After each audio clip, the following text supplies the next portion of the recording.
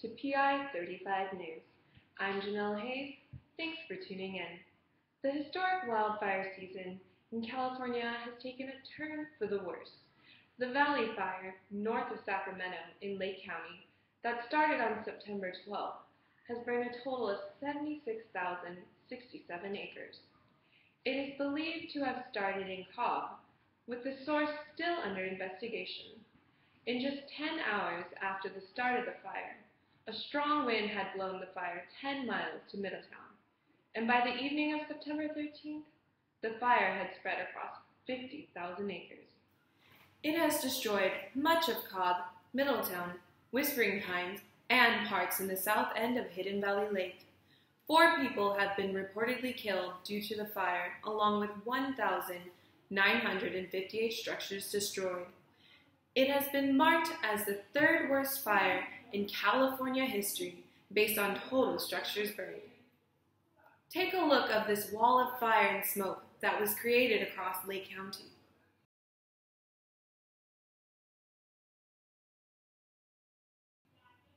Absolutely unbelievable.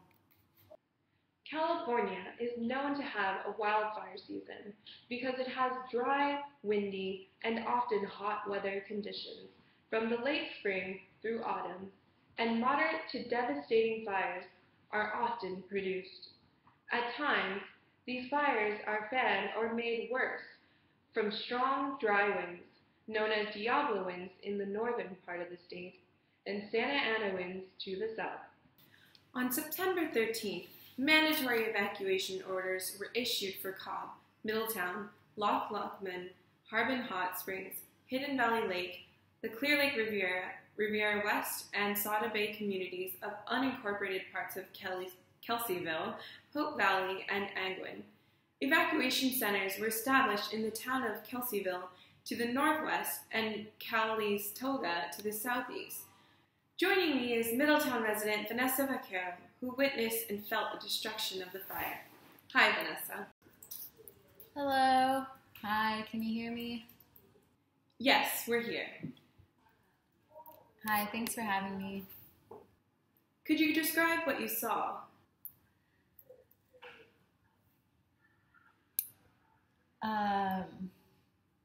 Yeah, so I knew there was a fire going on a couple of kilometers away from my house, but I wasn't sure of the extremity. So I was washing my dishes, and all of a sudden my dogs begin barking outside. I look out the window, and I see that my fence and one of my trees were caught on fire. And, the heat was unbearable, and I knew that trying to put out the fire would be useless, with my hose. So I ran to my kids, told them to get what they needed, and started loading my truck. How much time did you have during this process? Not too much. The flames are pretty big, and when my whole family started coughing uncontrollably from the smoke, I knew we had to leave as soon as possible. Were you informed to evacuate your home? Yes, earlier in the day and the day before, firefighters came knocking on our doors around the neighborhood.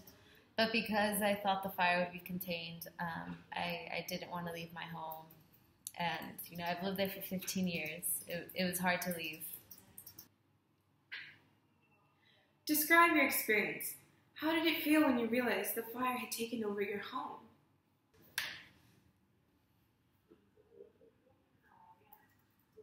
Yeah, I was terrified. The people that have lived here for years, they all lost their homes. I lost my home. I can't even describe it. It was awful. You raise your children, you live a huge chunk of your life there. It sucks. Thank you, Vanessa. Again, I'm sorry for your loss, but glad you and your family are okay. Thank you. Joining me right now is fire forensic specialist Zoe Friedman from CAL FIRE, and she will talk more about the nature of this fire. Thank you, Jamil. It's a pleasure to be here. Zoe, can you tell us any information about the steps that were taken in preparation for this? Yeah, actually, in an effort to prepare for the reoccurring problem with wildfires that California has, here at the California Department of Forestry and Fire Protection, we have 39 conservation camps and 200 fire crews throughout the whole state of California. The fire crews in Lake County, California, where the Valley Fire actually took place, actually had their annual fire preparedness workshop and evaluation in April of this year. These workshops typically evaluate crews on their firefighting knowledge, physical capabilities, fire safety, and personal protection equipment, making sure everything's up to date and these crew members know how to work in the state of a fire emergency. And we actually partner with the Incident Command System, which is responsible for the effective and efficient management of domestic incidents like fires through combining facilities, equipment, personnel, procedures, and other elements. What was the response to the spread of the fire? Unfortunately, the Valley Fire actually proved to have an unpredictable nature, making it hard for the firefighters to keep up with its massive size and rapid spreading.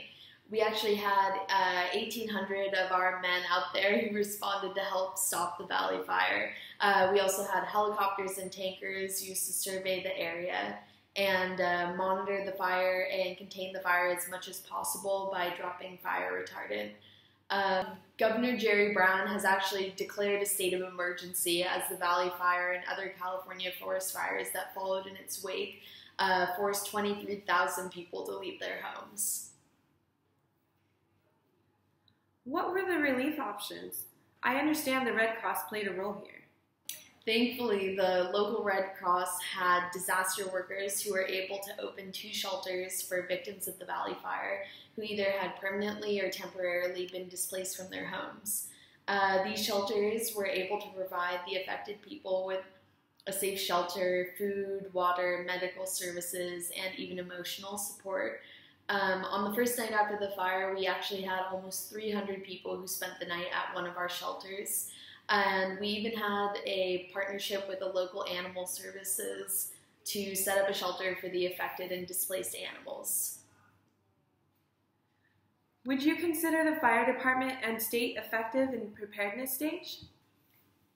In the end, our preparation with our fire crews and in terms of evacuating citizens from the area actually was extremely effective. During the Valley Fire, there was a total of 4 casualties out of the thousands of people who lived in the area. All right, thank you, Zoe. It's my pleasure. Thanks for having me. In addition to today's program, we have a presentation from the formula expert, Cynthia Einstein. Hi, Cynthia Einstein, and thanks for joining me on episode 2. We'll be going over an important formula, which I like to call the disaster risk theory.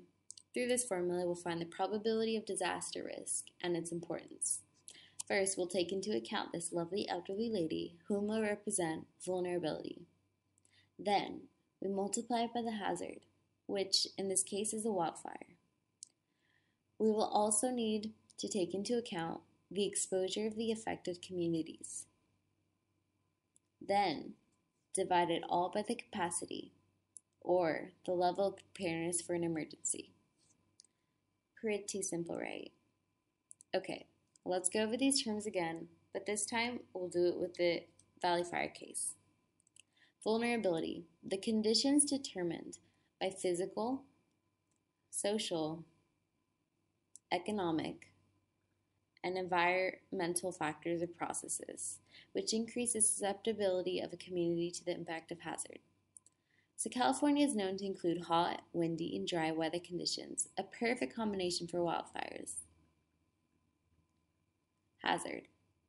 When we talk about hazard here, we're referring to the impact which is calculated by severity and intensity.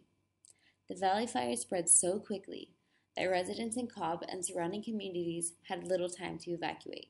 In fact, in the first few hours of the fire, 4 Cal Fire firefighters suffered second-degree burns. Exposure is the physical location and the people or animals exposed. Thousands of residents and their homes in Lake County were threatened by the forest fires. When all three are accounted for, we can then divide up the capacity. That is, the current concept and practice of reducing disaster risks through systematic efforts to analyze and manage the causal factors of disasters efficiently. CAL FIRE and Light committees specialize in combating emergencies like forest fires when they arise. The Valley Fire burned thousands and thousands of acres, yet there were only a low number of casualties, therefore showing that their efforts have been effective. So why is this important to calculate? Because by determining potential disaster risk, it can help determine the appropriate schemes and instruments for a better disaster management system. Although the Valley Fire has caused catastrophic damage and even some deaths, it's important to note that the state is in its fourth year of a historic drought, creating bone-dry conditions that allow blazes to quickly spread. Because of this quick spread, there wasn't much time to evacuate or protect homes and structures. However, like fire forensic specialist Zoe stated, preparedness in terms of evacuating citizens in the area from their homes was effective as thousands of residents were safely relocating. The Federal Emergency Management Agency, or FEMA, is currently assisting those affected by the Valley Fire and has approved 1,503 individual assistance applications, of which 11,215,970.47 total individual and household program dollars have been approved. If you would like to donate, you can visit FEMA's page on volunteering and donating responsibly, or contact FEMA at 800-621-3362. That's 800-621-3362. Thank you for joining us this afternoon, and have a great and safe rest of your day.